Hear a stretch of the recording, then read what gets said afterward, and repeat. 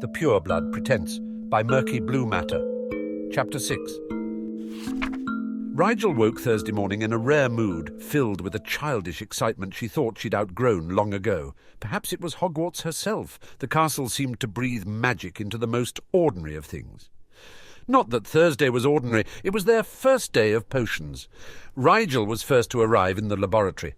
The classroom, near freezing to accommodate the preservation of ingredients, was almost blindingly well lit.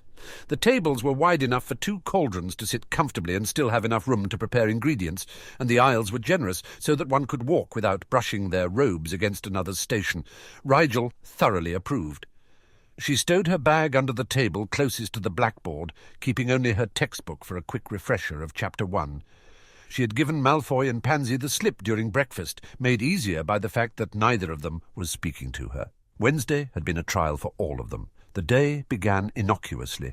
She and Pansy took their pre-breakfast walk, this time about the 2nd floor, and Malfoy didn't even mention the events of Tuesday's flying class while they ate.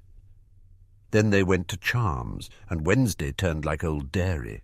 She couldn't reproduce the levitation charm for Professor Flitwick, which lost Slytherin 5 points and won her the suspicion of her housemates.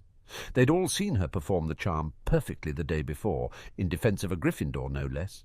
So what could they conclude but that she was deliberately sabotaging herself?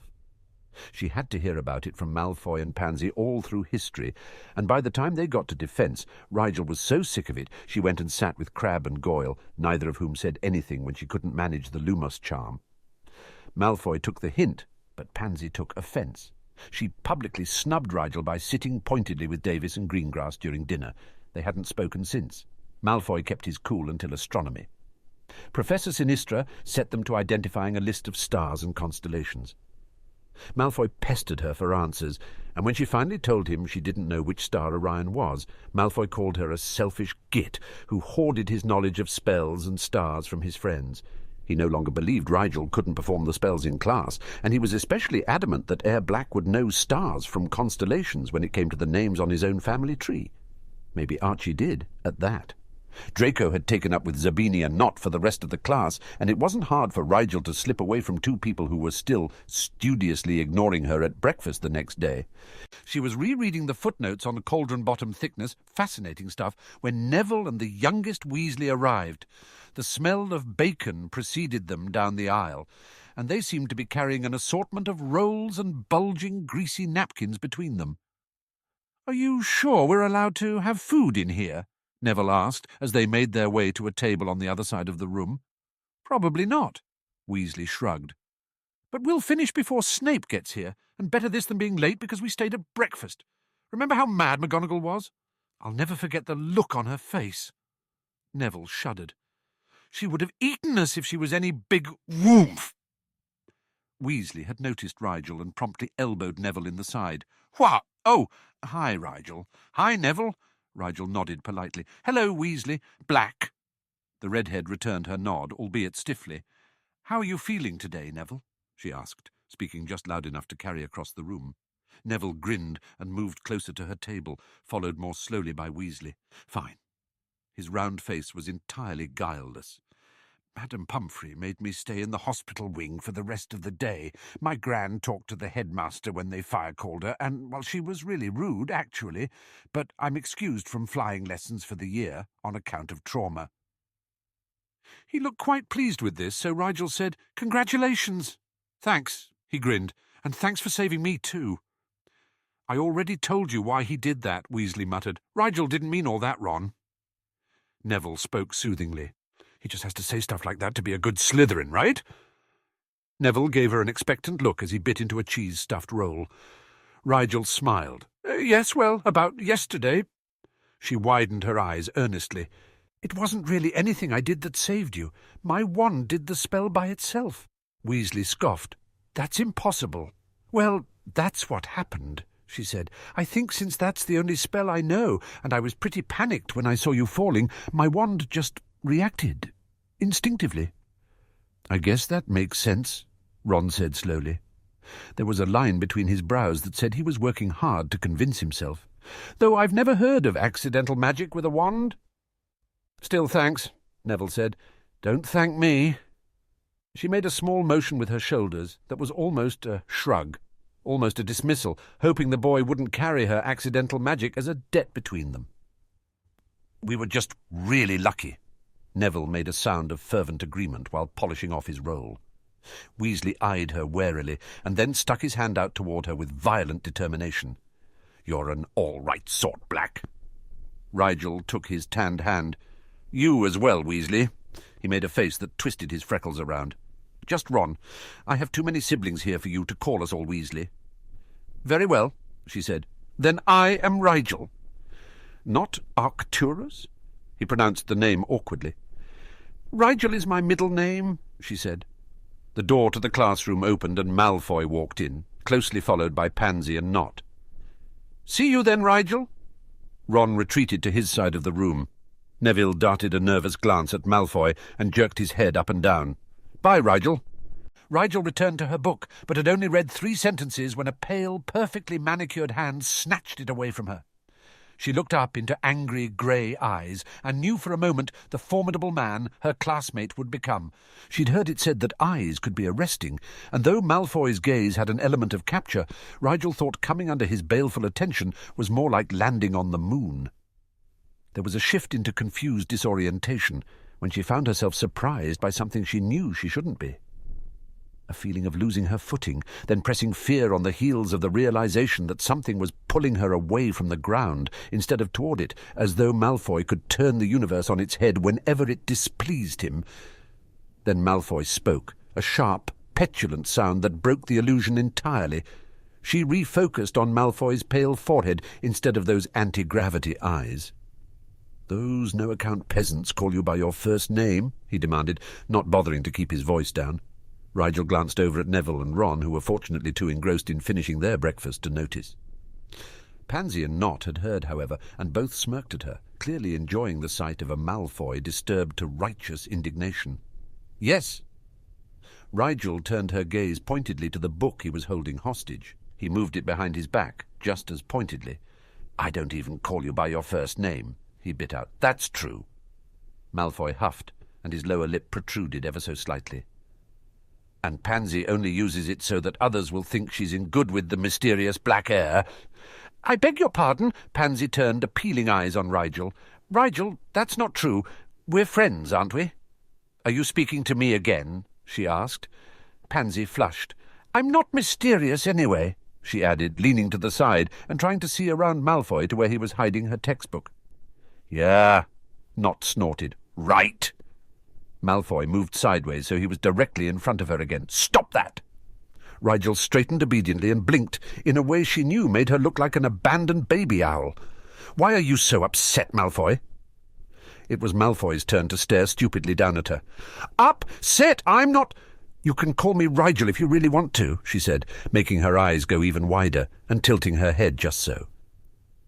The new lenses dried her sclerae, so there wasn't much moisture to catch the sterile lights overhead. But she let her vision go, unfocused and soft. Her brows tightened enough to convey a depthless sorrow at the idea that Malfoy had ever misunderstood her. "Well, all right," he said uncertainly. Rigel wasn't sure if her patented parent-proof look would work as well without her natural eyes, but Malfoy's dazed and vaguely apologetic expression told her it was still effectively disarming with grey contacts. He gave his head a little shake and added quickly, "But you have to call me Draco." "Okay, Draco." She smiled, with her whole face for a single agonizing second. She made sure her eyes crinkled and her nose scrunched up the tiniest bit and her teeth flashed shyly, and then she snatched her book from the dumbstruck boy's slackened grip before he could remember his name. Pansy and Nott could not smother their amusement. The door opened again, and Nott went off to join Zabini at a table in the back, still chuckling.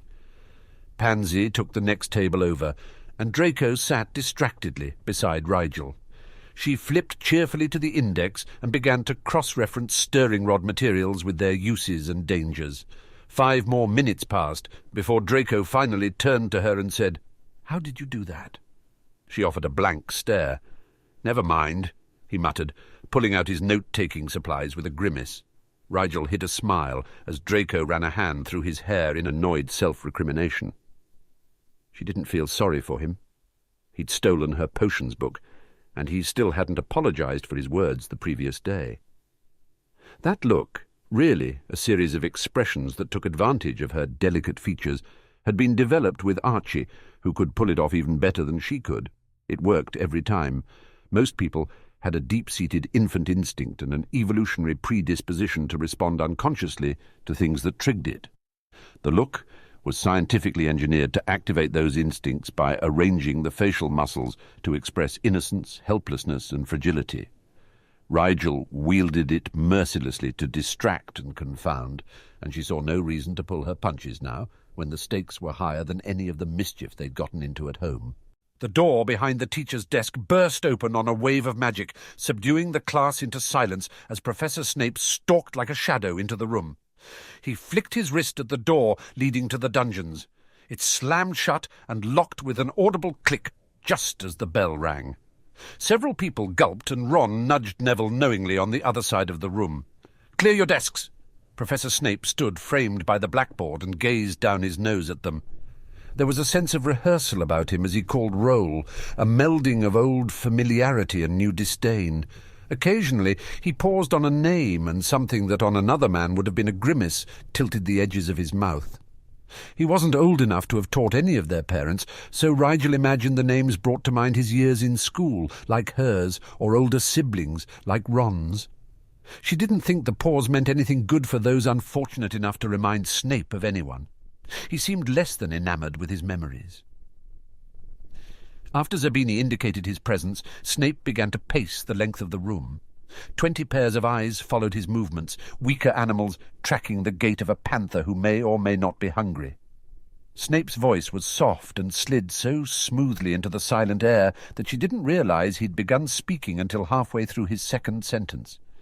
She mentally scrambled to replay the words, afraid of missing anything this brilliant man had to say.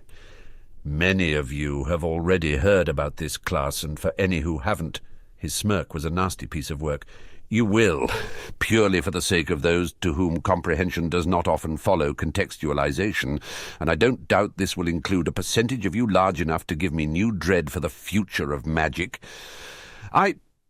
Here he paused directly in front of Rigel and fixed his nearly black eyes on her.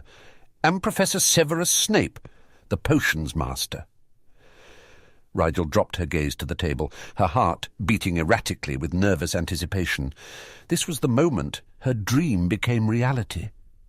Months of lying to her parents, all her pocket money spent on everlasting contacts, a plan that deprived Archie of his birthright, and a long week of holding herself at careful distance from all around her. It all led to this. As of this class, she was studying under Master Snape, the greatest creative mind in the potions community. Now, finally, she would learn things the journals and articles only mentioned and the books only hinted at. She held her breath without realizing it as Snape continued speaking in that sibilant baritone which was practically engineered for dripping secret potions knowledge into an eagerly waiting student's ears. "Potions is a demanding art, one which always takes more than it gives." "Sounds like my father's mistress," Not whispered indelicately from the back table. "More like the basic laws of energy," she thought. "The end result is less than what you put into it, because there is energy lost in the transaction. The point is that you also get more than you put in, because you end up with something that wasn't there before." Professor Snape was reminding them of the invisible sacrifices that were lost in the process, literally and metaphorically, and Not had compared the exacting art of potions-making to the management of a lopsided love affair. "Unlike your father's latest two-nut paramour." Professor Snape speared Not with a glance. "Grasping this subject will give you things your soft little minds can scarcely dream of. Pay attention, work hard, and I can teach you how to bottle fame, brew glory, and even put a stopper in death." The room held its breath, not a soul moving, until— "Weasley!" The redhead jumped and gaped for a moment before remembering how to speak. "Yes?" Ron shifted nervously, his hands clenching and unclenching on the table. "What is the most common use for peeled shrivel fig?"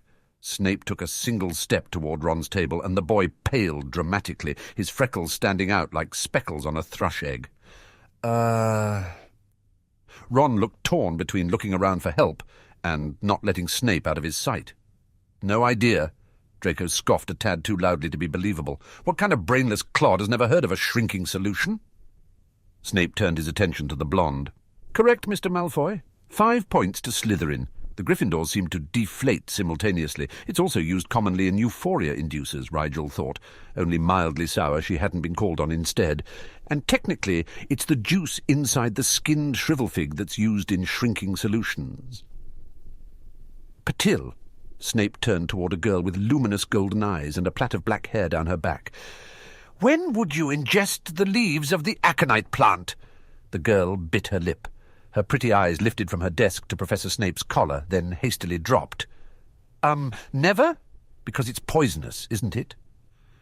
"I wonder what you will do, Miss Patil, when your blood pressure is dangerously high, but you refuse to take the heart sedative because there is aconite in it." Professor Snape spoke with a bit more rancour than was needed to make his point. "Or when you can't take a sweat inducer for your fever for the same reason." Patil shrank back into her seat, cheeks red and lip trembling. Rigel thought Snape might have mentioned that aconite leaves are poisonous, that you never should eat the leaves by themselves, and that you only ingest them in potions with strong neutralizing agents, but she supposed his intention was to show them there was no always or never in potions.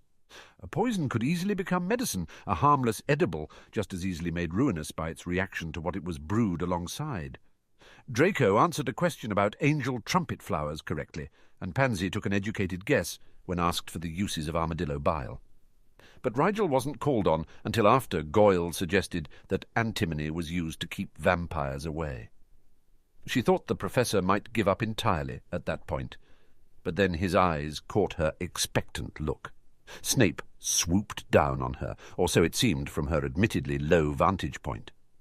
From his emotionless expression, and the fact that he had put her off until last, Rigel assumed he was marshalling a Herculean effort to treat her neutrally. She could see the distaste in his eyes when he approached, and she had been present at too many dinner conversations that made Snape the archenemy of Sirius and James's boyhood antics not to know the simmering resentment that must live even deeper beneath Snape's professional mien. Snape was known to favour his own house, so he couldn't treat her as caustically as the Gryffindors without admitting Sirius Black still irked him. At the same time, he likely couldn't bring himself to favour her as he would any other Slytherin. Neutrality was safe, neutrality made sense, but it was not what she wanted from him. "Black," he said when he was close enough to dissect her. "What would I get if I mixed powdered root of asphodel into an infusion of wormwood?" Rigel frowned. That potion isn't anywhere on the first-year syllabus. The other questions had focused on common ingredient uses and dangers, which made sense for an introductory class.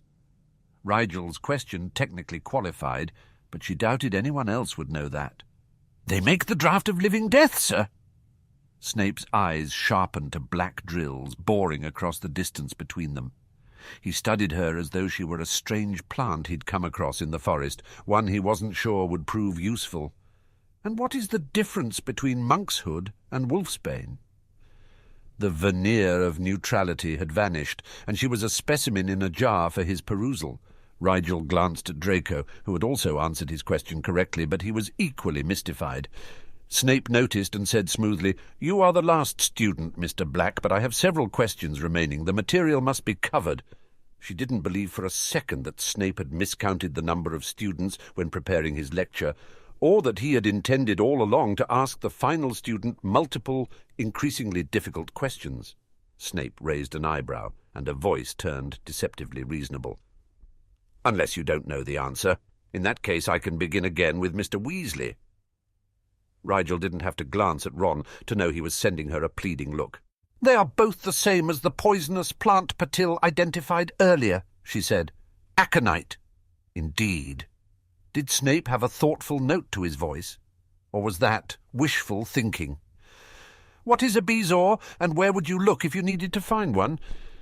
"It's a small stone that neutralizes poisons, though it doesn't work very well on snake venom or nightshade-based toxins. It is usually taken from the stomach of a goat that is older than 15 months, but no older than 8 years. Rigel felt the intensely interested look Draco was giving her, but ignored it to focus on Snape. He didn't seem irritated that she had expounded on her answer, but he didn't look ready to offer her an apprenticeship on the spot either. Rigel did not know how to strike a balance between impressing him and arousing his disdain. She hadn't orchestrated this part of the plan, had presumed her years of study and natural ability would be enough to garner his attention. But what if her family's enmity had killed this chance long before she ever conceived of it? Snape stared at her a few seconds longer, a god in judgment on her impudent soul, before he turned away to address the rest of the class. "You will be tested on all of the information given today. Class dismissed." Snape swept his robes behind him as he turned and left by the same door he'd entered through. It was a long moment before anyone made for the door. The entire class shared a collective mental exhaustion from sitting in fear of being called on and then racking their brains for the answers, some of which weren't even covered in Chapter 1 of their textbook. Rigel gathered her things from under the table, reflecting that the bell had not yet rung. Did Snape often release his class early? With any luck, they'd get to lunch before the Great Hall reached maximum chaos. Draco and Pansy fell into step beside her before she'd gone far in the winding dungeons. "How did you know all that?" Draco asked. "Did Professor Snape warn you about the questions ahead of time like he did Draco?" Pansy added. Rigel glanced sideways at Draco, who flushed. Pansy grinned. "I knew it. He's my godfather. Of course he's going to help me out," Draco said plaintively. "He didn't give me the answers, just told me to brush up on the first 3 chapters before class. But I know he didn't tell you." "That's true," Rigel said, slipping her hands into her pockets to warm them after the cold classroom. "I think you were telling the truth the other day when you said that ridiculous thing about being a Slytherin to get on Snape's good side," Draco said slowly. He seemed to be in the process of coming to terms with it, even as he added, "You actually knew all that stuff, didn't you?" Rigel smiled at the disgruntled look on Draco's face. Sometimes he wasn't so bad for a pure-blood snob. Pansy sighed. "So you really can't do spells for coppers if that's how you are when you're actually good at a subject?" "Spells are much harder than potions," Rigel said. "And not as interesting." Not as predictable is what she meant, but she didn't know how to describe the absolute unnatural horror she'd felt when her magic rose up in her veins like the tide coming in all at once. She didn't know how to consciously seek out such a feeling. How did they get used to it, that sensation of drowning in their own skin? Draco and Pansy exchanged a long look. Then Draco nodded and pressed his mouth into a line that said he was about to do something very difficult and emotionally taxing. "Rigel, we're sorry for yesterday. We understand you better now, sort of." He grimaced, but gamely looped an arm through each of theirs in an attempt to tow them more quickly up the main dungeon stair. "Now, let's go eat before all the tarts are gone." Pansy extracted herself from Draco's stranglehold gracefully, saying, "Yes, we are sorry, and this afternoon we'd like you to show us how to do that needle transfiguration." "I told you," Rigel said, letting Draco tow her along. "You just have to really want to poke someone." She glanced over at the blonde boy through her hair. "I could probably do it right now if you want." The taller boy glared down at her, and Pansy smiled cheekily at them both. Rigel knew suddenly, the way she knew doxy eggs were 2 sickles an ounce, that the 3 of them would be friends. She had decided not to make any friends, had hoped if she was odd enough and obstructive enough, no one would bother, but somehow these 2 were going to manage it. She didn't know how such a friendship would work. When there were parts of herself, most of herself, she would never be able to share. She didn't know why they wanted it. Given her relative lack of social graces, political power, or interest in any subject besides potions, they would be friends until they weren't, until that day when her goals had been accomplished and the ruse was done, or the day her secrets refused to be kept. On that day they would hate her. She could only hope the day was years away. She couldn't produce the needle in Transfiguration, but that was okay. She didn't really need a needle. And nothing was worth opening the door to her magic except dire necessity. Professor McGonagall rewarded her efforts with a severe look, but then all her looks were varying levels of severe. After dinner, Pansy went to meet with Bulstrode, who wanted to introduce her to a few of the older students, and Draco went to the Owlery to send a letter to his father. Though he'd glanced at her about 15 times while writing it, Rigel thought it definitely wasn't about her. Left to her own devices, Rigel climbed several moving flights of stairs to walk the 3rd floor with the Marauders' map. Hogwarts was a maze, but that maze was now her home, and one day the ruse might depend on her knowing it better than most. Her father and the uncles had demonstrated in tale how useful a knowledge of the many trick passageways and secret rooms could be. She was about 2/3 of the way through exploring that floor when a crashing noise rent the air, and a door down the corridor shook on its hinges. She checked the map, thinking it might be Peeves the poltergeist stirring up trouble for the caretaker, Filch. The little dot on the map, however, said Marcus Flint, the bully from the train. She wondered if he had caused the explosion on purpose or on accident, firmly reasoning that if he was in some kind of trouble, it was nothing a first year could help with. She stowed the map and walked straight past the room. She was 3 doors down when the one she'd passed slammed open. She kept walking, but Flint's low voice caught up with her, forestalling any idea of slipping around the next corner in peace. "Oi!" Flint had a naturally harsh voice, so it was difficult to tell if he was angry or not. "What's a snakelet doing lurking about so far from the dungeons?" Rigel turned around on slow feet. Flint didn't look any happier to see her now than he had when she'd run into him on the train. "Walking," she said evenly. "Sorry to have disturbed you, Flint." He approached her almost lazily, with a confidence that said he knew a first year didn't have anywhere to run. "Thought that was you, Black." He said her last name oddly, and there was a gleam in his eyes she didn't like. She hadn't given him her name, which meant he'd gone out of his way to discover it. "Learned some manners since the train, have you?" "Yes," she said politely. She would be a fool indeed if she made the mistake of antagonizing Flint twice. He grunted, dark green eyes tracing her features. "Don't think that will be enough to save you. If it was just rudeness between us, I'd leave you be now that you're a snake, but I'm afraid we've other business to settle." She frowned, unable to think of any other animosity between them. As far as she knew, the Flints had no beef with the Blacks. "You look perplexed," he said. A dark smile burrowed into his cheek. "I'm not angry with you, if that's what you're wondering. In fact, you've caught me in a generous mood. I've just blown off a bit of steam. Maybe that's why I'm willing to offer you a deal." "A deal?" Rigel had no idea where this was going. She didn't think madness ran in the Flint line, but any number of old families had succumbed to inbreeding in recent generations. A Black, ostensible or not, had no room to judge. "I know your secret." Flint said it with such relish, she wondered why he didn't go ahead and make a sandwich with it. She wanted to dismiss his words as ludicrous posturing, but he seemed so certain, so menacingly sure. "We don't keep such dangerous secrets for free in Slytherin, even if we're feeling generous."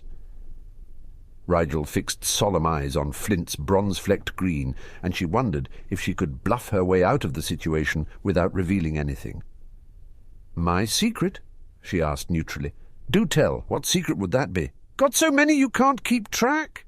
He laughed at her, a harsh, braying sound. "I don't doubt that, but I was referring to the fact that you've been using someone else's name." Rigel went very still. Her guts wanted to climb up her esophagus and spill themselves in gooey ribbons at his feet, to plead for mercy before he told anyone, but her heart froze over with a ruthless ice she didn't know she was capable of, and her voice came out relatively calm. "Why don't we take this out of the corridor?"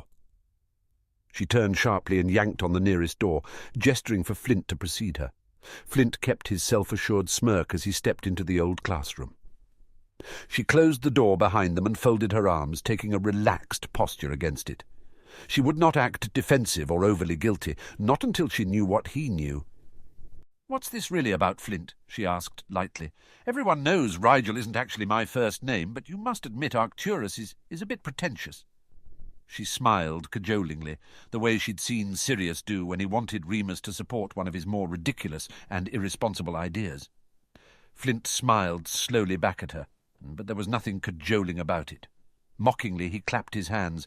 "Good try, snakelet. 10 points to Slytherin for quick thinking. If I wasn't sure of my information, I might even have believed that act. Unfortunately for you—" His gaze held the weight of unmistakable knowledge, and she knew then she wouldn't be able to talk her way out of it.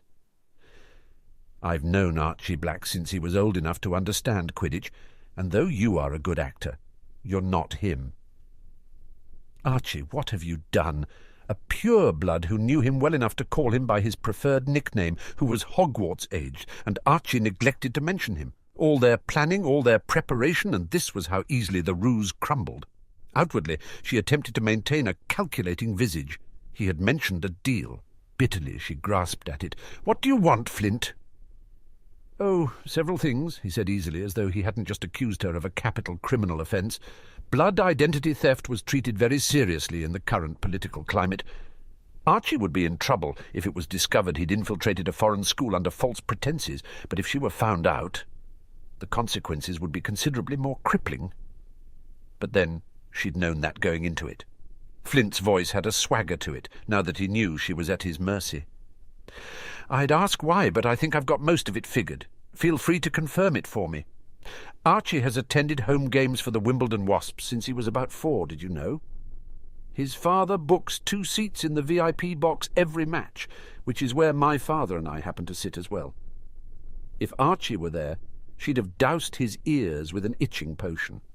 She knew he went to those games with Sirius, but he'd never mentioned striking up a regular friendship there. "We sat together often," Flint continued. Rigel could only listen in mounting frustration as the depth of Flint's familiarity with Archie played out. "Gravitated toward one another, the only boys in the box. After his mother died, he started coming by himself. Black Senior refused to leave the house, but Archie needed something normal. That's when he told me his ambition to become a healer."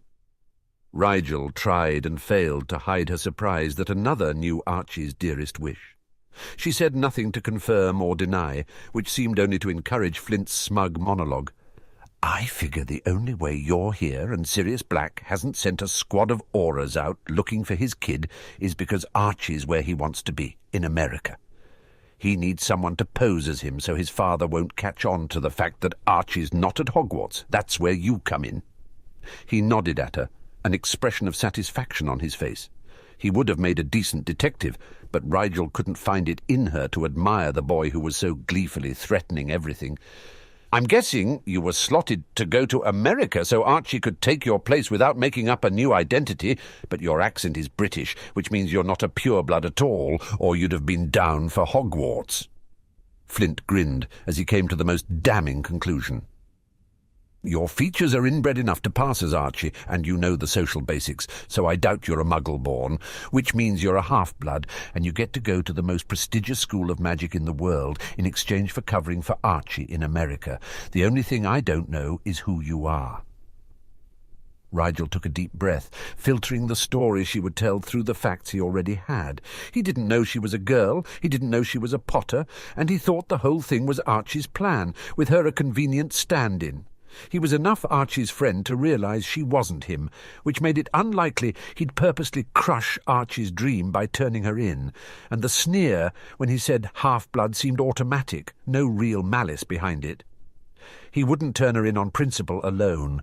He just wanted to blackmail her, and blackmail she could handle. "You're right about all of it," she said slowly. "Almost all of it. This charming accent is just a charm, I'm afraid. Archie wanted to go to AIM and convince me to take his place here. He even paid for it, so it's free." She shrugged, as though money was reason enough to commit blood identity theft. Flint did not question it, so perhaps the motivation would hold. "As for who, I'm no one really, just a friend of Archie's. Archie's never mentioned any male friends to me," Flint countered. "He also neglected to mention you to me, obviously." She said the last word with just the right amount of bitterness, and Flint laughed again. "Fair enough. I wouldn't tell me either, if I was you. I guess it doesn't matter who you are. You're Arcturus Rigel Black now, for however long that lasts." Flint gave her a look of amused expectation. "You still haven't told me what you want." She met his gaze, as though unafraid of his demands. Only she was terrified, because he could ask for anything and she would give it to him, because the other option was Azkaban, and he knew it. "As I said, I'm in a generous mood," he drawled. "There's really only one thing I need right now. Maybe you've heard I had to repeat this year. Well, it wasn't what everyone says. I didn't fail any exams. I just didn't do a single assignment last year, and they used that as an excuse to hold me back, no matter how well I knew the material." Rigel nodded, partly to show she followed, but mostly to prompt him to get to the point. "McGonagall's already on my case this year." One side of his upper lip lifted, exposing crooked teeth. "What I need is a bright, eager snakelet to do my work for me. Then I don't have to waste my time writing about things I already know. The professors can pretend their methods are working, and as long as my homework is done on time, I don't think anyone needs to know where the real Arcturus Black is. Win, win, win. Oh, and Archie wins too, I guess." Flint smirked again, apparently pleased that all was right in the world. Rigel took her time in thinking it over. It seemed a paltry thing to demand in exchange for a secret that could literally destroy her.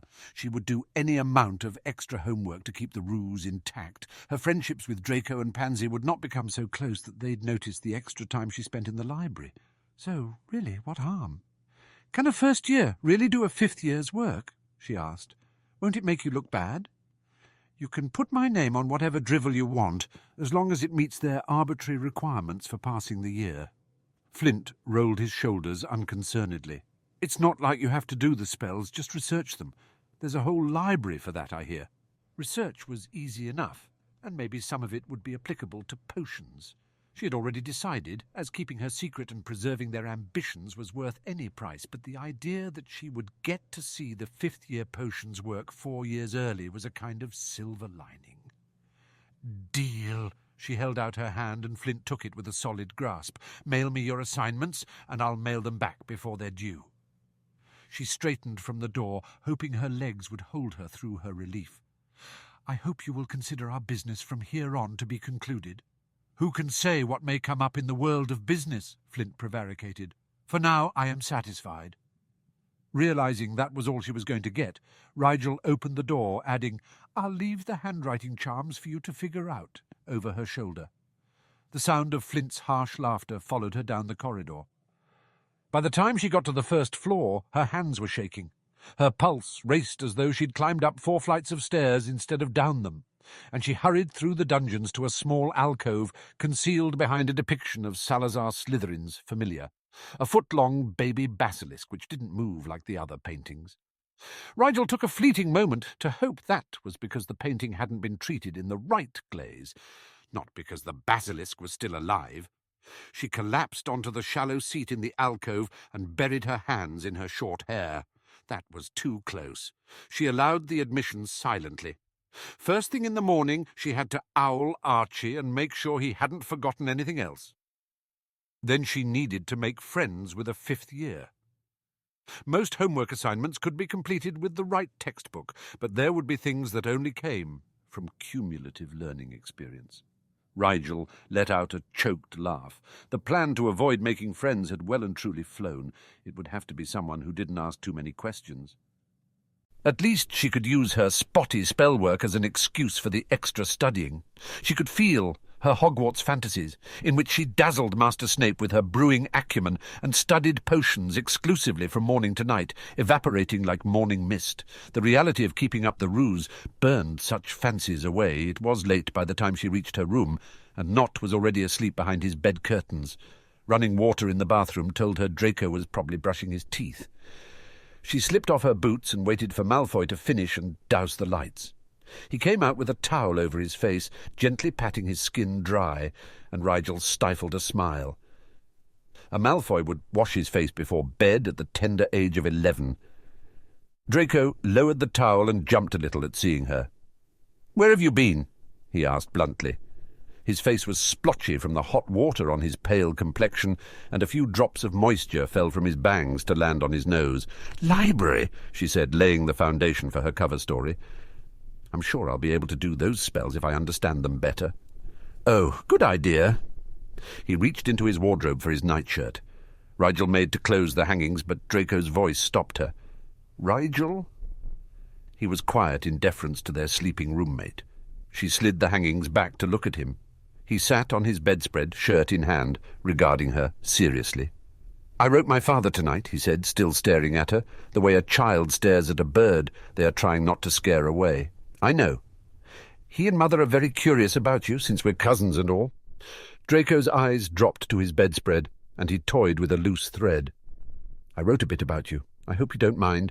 It's just that I told him we were friends, and a Malfoy is always honest with his real friends." He looked up at her expectantly, so she offered him a slightly bewildered smile. "We're real friends, aren't we?" Draco prompted, stiffly vulnerable. Rigel hesitated, a strange and sorrowful guilt shivering through her. "Draco, you should know I'm a very private person. I'm honoured that you would consider me a true friend, and I would like to return that regard." She smiled weakly. "But I demand no honesty from you, because I cannot return it. There are things I probably won't ever feel comfortable telling you. Still, I would value this friendship as much as I am able." Draco surprised her by grinning faintly. "Spoken like a true Slytherin," he said. "And I accept your not necessarily honest friendship, as long as you're okay with me writing home about some of the more interesting possible truths about you." Rigel grinned back. The Malfoy scion was unpredictable as well, it seemed. She wondered at his easy acceptance of such a strange definition of friendship. Was he raised to expect such arrangements, or did he want to be her friend that badly? Could they have a true camaraderie with secrets and lies between them? Rigel didn't know, but somehow in the last week the proud, impetuous, impossibly demanding, suddenly earnest and unexpectedly human boy had become something more tolerable than a burr and less dangerous than a viper in her mind. He was a friend now, for better or worse. Pansy, too. Rigel was many things, but she was not cold-hearted. They had made a concerted effort, and she was losing the will to continue to brush them off. She could have this strange facsimile of friendship, couldn't she? Surely they and the ruse were not mutually exclusive. Surely she could lie to her family and friends when necessary and value them all the same. "That's fine," she said. "Great!" Draco stood to douse the lights and added, when she could no longer see his expression, "Then you should know Mother has invited you to sit with us for the first Quidditch game." "What?" Rigel blinked in the darkness. "Father is on the Board of Governors, so he comes to watch the school Quidditch games in the staff box sometimes with Mother." She heard the mattress creak as Draco climbed back into bed. "I wasn't allowed before, because I was too young, but now I have a seat, and Mother insisted I extend the invitation to you." "What about Pansy?" Rigel asked softly. Her voice still seemed loud in the dark. "I already asked her. She knows Mother from their tea circle, but she has no interest in Quidditch. If she comes to the game, it'll only be for the opportunity to socialize or out of a sense of duty." Draco yawned, then added, "I'd rather sit with someone who likes the game." "Ah, you do like Quidditch, don't you?" "Naturally." She could not fake disinterest in a sport she played for 7 years. Since he couldn't see her face, she indulged in a grimace before saying, "I'll send you Mother an owl tomorrow," accepting her gracious invitation. Meeting Draco's parents. How bad could it be? "Good night, Rigel." "Good night, Draco." She tried not to think about how she was going to convince Lady Malfoy that she was the son of the Sirius Black, when Narcissa Malfoy had actually grown up with Sirius as close cousins. She had too much to think about already. She pulled the blankets over her head. The closeness of her own breath, its reassuring heat, almost convinced her she was somewhere safe, in no danger of anything at all. When in doubt, recite potions recipes. Blood-replenishing potion. Step 1. Treat the inside of the cauldron with a non-acidic oil. Step 2. Heat the cauldron over a small, dense flame until the oil begins to glisten. Step 3. Add 1/2 liter of hand-filtered dragon bile, making sure no stray pieces of the dragon's stomach lining make it into the cauldron while it is hot. Step 4. Crush 2 stalks of St. Steward's Bane